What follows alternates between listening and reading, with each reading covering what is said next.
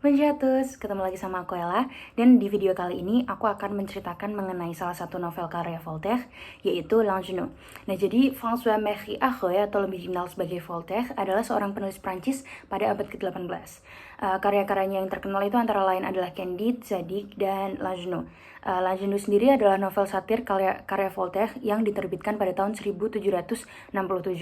Dan novel ini menceritakan kisah seorang Indian Huron atau L'Ingenue itu sendiri yang dibawa ke Paris pada abad ke-18 yang canggih dan menyindir doktrin agama serta kebodohan dan ketidakadilan masyarakat di Prancis.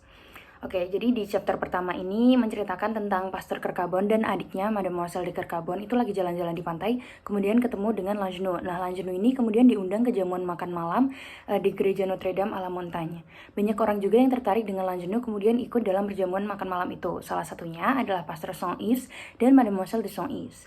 Kemudian ada hakim bertanya kepada L'Ingenue, siapa namamu? Dijawablah oleh L'Ingenue, orang-orang memanggilku si polos karena aku selalu mengatakan apa yang ada di pikiranku dengan naif dan melakukan semua sesuai keinginanku sendiri.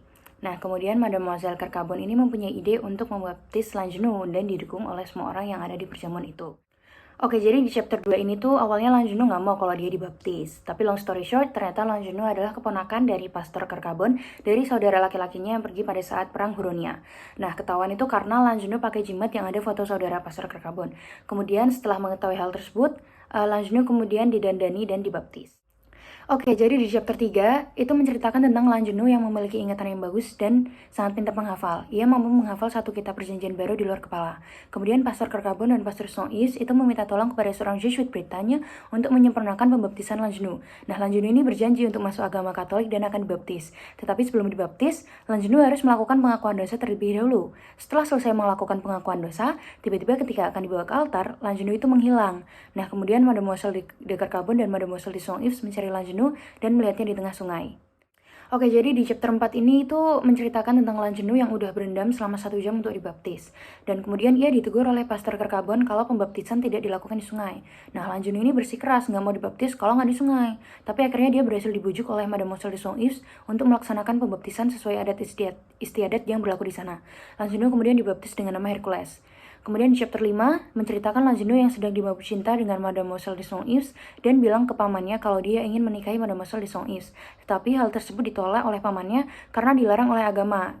Karena Mademoiselle de Saint-Yves itu adalah godmother-nya L'Ingenue. Kemudian L'Ingenue ini ngancem kalau dia bakal kawin lari dan keluar dari Katolik. Jadi di chapter 6, L'Ingenue itu dipaksa menikahi Mademoiselle Abacada. Ia kemudian mendatangi rumah Mademoiselle de Saint-Yves untuk memberitahukan tentang perjodohannya. Tetapi Mademoiselle de Saint-Yves merasa kecewa karena L'Ingenue tidak menepati janjinya untuk menikahi Mademoiselle de Saint-Yves. Nah, kemudian paman L'Ingenue mengirim Mademoiselle de Saint-Yves ke biara untuk menutup mulutnya. Jadi di chapter 7 ini menceritakan tentang L'Ingenue yang sedang bersedih hati karena tidak dapat mengikuti Mademoiselle de Saint-Yves ke dalam biara. Ia kemudian berjalan-jalan menyusuri pantai hingga bertemu dengan komandan pasukan milisi Britania. Komandan berkata kalau ada orang-orang Inggris yang datang untuk menghancurkan La Montagne.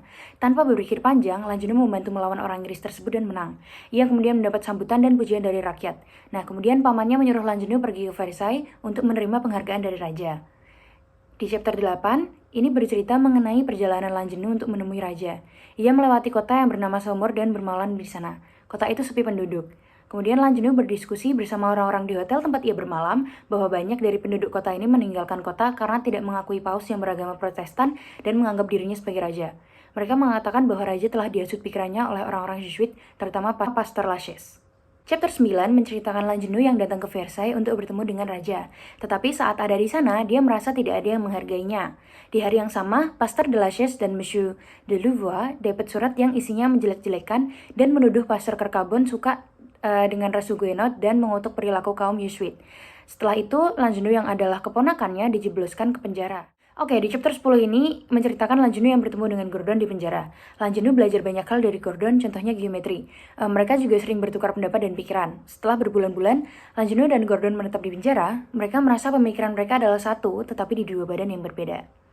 Oke, mungkin dari aku segitu aja ya teman-teman. Merci beaucoup pour votre attention et bonne journée.